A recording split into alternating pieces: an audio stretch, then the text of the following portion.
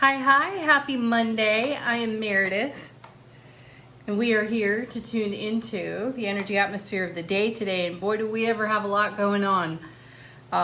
First of all, the shuffle was wild. Look at all the cards we have to read. We also have a lot going on in the cosmos, so I'm going to recommend that all of you tune into your favorite astrologer. One of mine is Gregory Scott. There's another lady, I think the name of her channel is Astrology Dome, and one more, Temples of the Moon. Check that out in your social media, perhaps. Lovely woman named Jessica. I've had the good fortune to speak with her before. She's amazing. So check out her channel, Temples of the Moon. Anyway, find your favorite astrologer or read up on the astrology because it's very busy. So a couple of things that I want to cover. First, we have the sun in Leo, as you know. Happy birthday, Leo. The moon is currently in Leo. It is going to shift signs later today, roughly around the 5 o'clock hour, into Virgo. We are in the Lion's Gate portal. There's a whole lot of info about Lion's Gate all over the internet, so check that out. And this one is a little special in the sense that Lion's Gate, it goes from the 28th of July through, I think it's the 8th of August. I don't know if that necessarily concludes the energy, though this year in particular, when you have the month, the day, and you add up the year also totals out to 8. So it's 888. Excuse me, and we're not going to see that again in our lifetime. I know. Ooh, I got goosebumps over that. All right. What else do we have going on? Oh, Mercury, by the way, went retrograde yesterday. No, today. Wait. Yes, today, right around midnight it happened.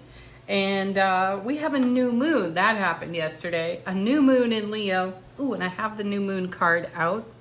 Woo! So, Mercury has gone retrograde in the sign of Virgo. And I said it last week, and I still feel it this week. That it could potentially be some organized chaos. Take that as a positive, though. I know when people hear the word chaos, they're like, oh no, I gotta make peace out of that. Sometimes the chaos is necessary for growth. So my feeling on it is embrace. Just embrace any potential chaos that arises. First thing this morning, poured myself a beautiful cup of coffee, which I'm still finishing, and first sip went right down the front of my shirt. So thank you, Mercury. I'm blaming Mercury. I'm not at all clumsy. I had nothing to do with it. Right. Okay. Lastly, we have the yard sale going on my channel. Check it out. There's lots of oracle decks and tarot decks that are being rehomed. They're offered to you by donation. No reasonable offer is refused. And this particular deck, the St. Croix Tarot, has been adopted.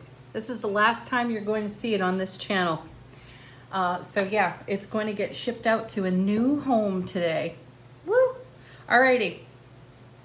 Let's get to the message. Did I cover it all? Oh, wait. We have Venus has moved into Virgo. So we've got Venus and Mercury both.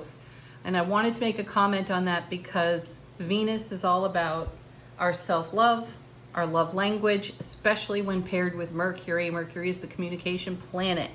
So with Mercury in retrograde, I have the sense that we may be sharing some things that we have kept under wraps through our love language. We've got Pluto, Saturn, I think Chiron, I still haven't checked that out for you, Neptune, Mercury, all in retrograde. So again, I encourage you to the astrologers because they know far better what they're talking about than I do. And in terms of astrology, I'm not an astrologer.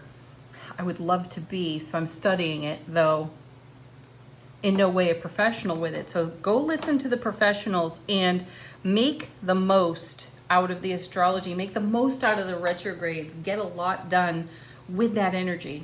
Move and flow with it. All right, first card of the day today. What do we have? back again. I have to get my other phone. Hold on. I need to look at a text. Because this was a good message.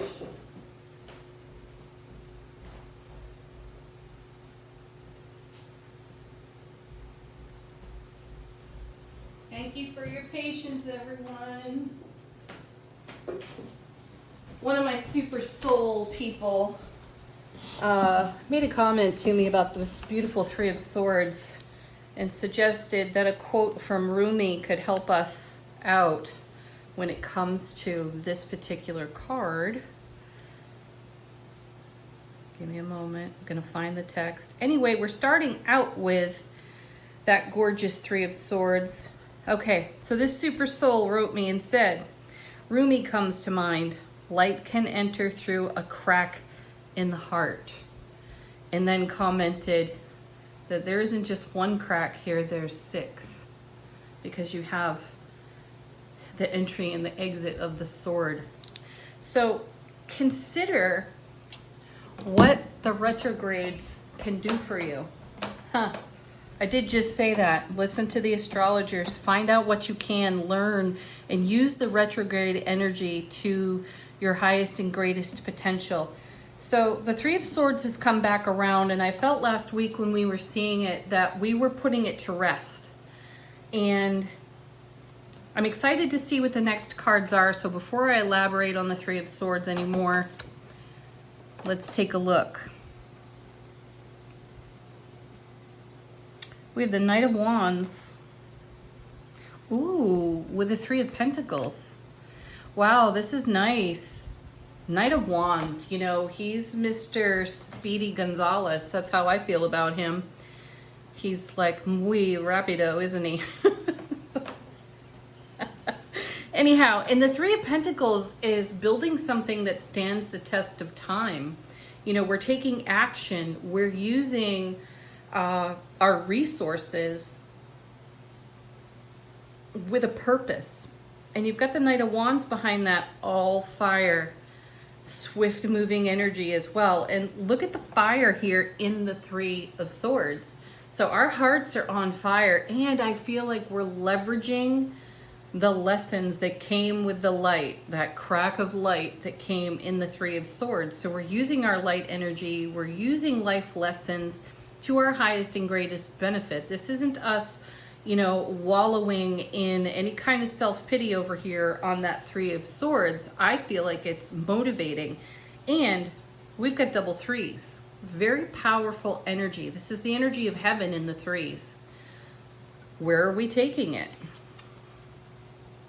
Oh my gosh, look at this. Into the Three of Wands, building something that stands the test of time on the Three of Pentacles. And then here in the Three of Wands, we have a great vision. And we're bringing our vision to life. So I feel like we're having some full circle moments in self-relationship. Dreams that we've dreamt weeks, months, years, decades ago. You're seeing some signs and some fulfillment. And there may be some question within you. And as in, why did that take so long in terms of time? And my feeling here is, of course, everything happens in its own right way, and sometimes we have to get out of the way. I feel like the Three of Swords gives a nod to some of our old stubborn resistance of making always and never declarations around a time where we have felt wounded and or spiritually injured in some way. So I will always do this and I will never do that. Those statements tend to anchor us to an energy that may have served its purpose and we're done with it. Though it's so familiar, we haven't exactly let go of it. And I'm sensing that all of this astrology is weaving a new web for us so we can let go. Yeah, excellent. Look how many wands we have here. Knight of Wands, Three of Wands, now the Eight of Wands. Beautiful. Eight of Wands is a card of good communication, solid communication, which is wonderful when you're just entering, sticking your toe in the water of Mercury in retrograde. Again, the communication planet. Though I I think things are going to come together in a very orderly fashion. You know, Virgo, in all of its wonderful organization, may bring some sort of structure to this particular retrograde with Mercury. Then having Venus in the mix, Venus in Virgo too, there may be, knocking on wood, some comfort in this retrograde. So challenge yourself to not go kicking and screaming into it. Then we have 3 cards that came out together, the first of which is Temperance. Yeah, see, there is divine alchemy at work here. This is Archangel Michael's energy too. Divine alchemy. There's a lot going on behind the scenes. And one of my sweet besties said to me the other day, she looked exasperated. She goes, it just feels like nothing is happening. And I don't necessarily know what my purpose is. And I reminded her, when it feels like nothing is happening, that's typically when everything's going on behind the scenes and we don't really see evidence, which is something we've talked about recently. So hang in there with Temperance, because the divine is doing some amazing and miraculous things for our highest and greatest life experience. So lean into your vision here with these beautiful 3s. Communicate with people who, 8 of Wands, are in support of you and your quest. And also know when not to speak. You know, there are naysayers in every bunch. So be mindful with whom you share. Share your highs, your high highs, and even your questions around lower vibe energy with people who are absolutely in a process of up-leveling themselves. Because, wow, look at that, we have the sun. Because these are the ones that are going to support you in it. They're not going to give you the downer energy to make you feel less than. Now we have the sun combined with Temperance here. And this is the happiest card in tarot. It is the pinnacle of happiness in the major arcana. Beautiful. So the sun's energy is adding to our divine alchemy in a passionate, loving, happy way. And then our 3rd card here in this position, oh wow, the Magician. We are making magic in a big, big way. I have the sense that I'm going to hear from some of you that miracles are taking place on your foundation. So continue to invest in your 3s. You're building. We are building. There are 3 3s right here. 3 of Swords, 3 of Wands, 3 of Pentacles. And that's a great combination. And the fire is lit through the Knight of Wands. And there's no dragging our feet. There's no lingering. And there's no wallowing going on here too. This 8 of Wands gives momentum and speed. And I feel a sense of satisfaction coming out of these cards. So what a great introduction to Mercury in retrograde in the sign of Virgo. I'm very curious to see how Virgo is going to support this experience. So the next 3.5 weeks are going to be interesting. Let's see what's on the bottom of the deck. How is the universe helping us out behind the scenes? Look at that, Queen of Cups. Lovely. There she is, filling the Ace of Cups with water. How gorgeous. This is us in our intuition. And I see just the energy of receiving here. I'm also hearing it come again. Keep your intuitive messages mostly to yourself right now. There are those you can share with. You know, I've got my core group of besties, and I would not hesitate to share with them because each and every one of them is a powerhouse of self-responsibility and spiritual growth and development. And these are the folks that would be my cheering squad. I would be their cheering squad as well. So share your intuition in that kind of realm, and if it feels right. But anyway, we have incoming intuitive messages, and I feel that they are quite intense because they're lending themselves to love, bliss, joy, and happiness. And we're talking about up-leveling our energies here, and it's all over the reading. We're making magic. Divine alchemy is happening. The sun is fueling it all. We've got great incoming communication, likely from our beautiful intuitive blessings.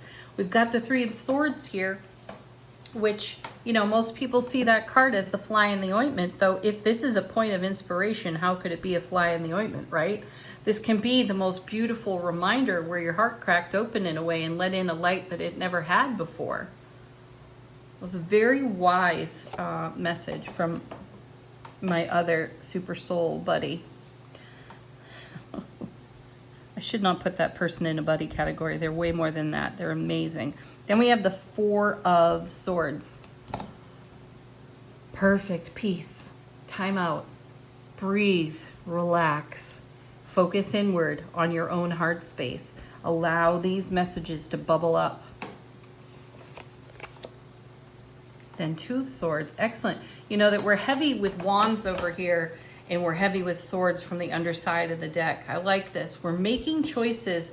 We're making decisions. These two together make the Six of Swords. And the Six of Swords is moving on from an energy. I also feel for some of you, this is moving on from a particular person's influence in your life. This could be echoing to your past from your childhood even. So it could be lessons learned from grandparents or parents that just don't fit you. So you're moving on and you're making a better way for yourself, and allow the divine alchemy to contribute to making that happen. And then we have, wow, look at this, more swords, the Seven of Swords.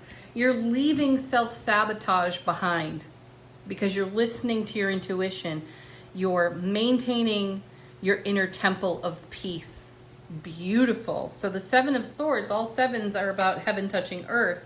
You're finding your heaven on earth, even out of the rubble of prior experiences that were less than favorable.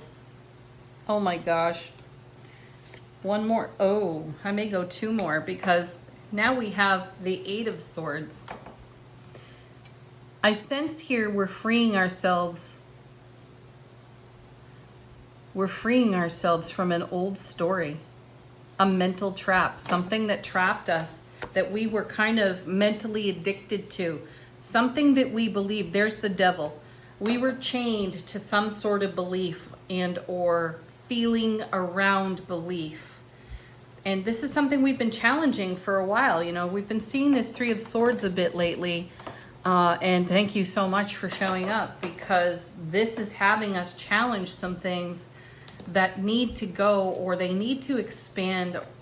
I keep hearing from my guides, we have to broaden our horizons, widen the margins in your field of vision, and, you know, look far into the margins. That's what I keep hearing from the guides.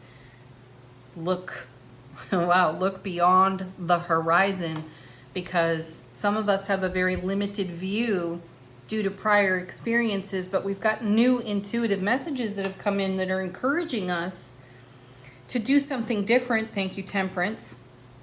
And we're finally doing it. Thank goodness, right? Let's move on to angel answers, confirmations, answers to potential questions, guidance from our own guides, angels, ancestors. What would the angels like to say? Remain positive, of course. At the core of everything we do can be a positive inspiration that may have come out of what you deemed at the time to be a negative scenario. How is it serving you now? How have you grown from it?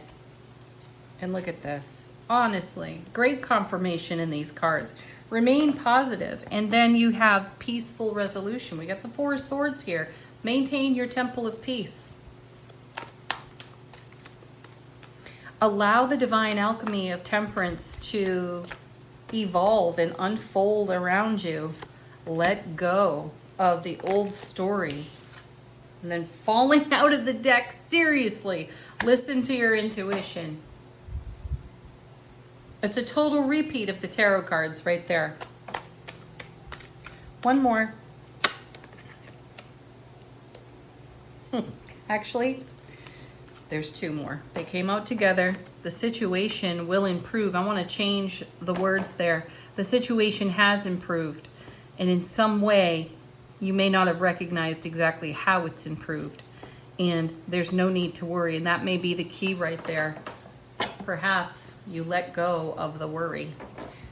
Final word on the reading from angels and ancestors. How is our soulful presence informing our waking consciousness? And we have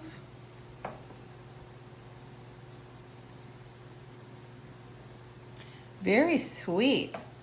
We have the Shaolin Master. Be graceful in movement and action. Yes.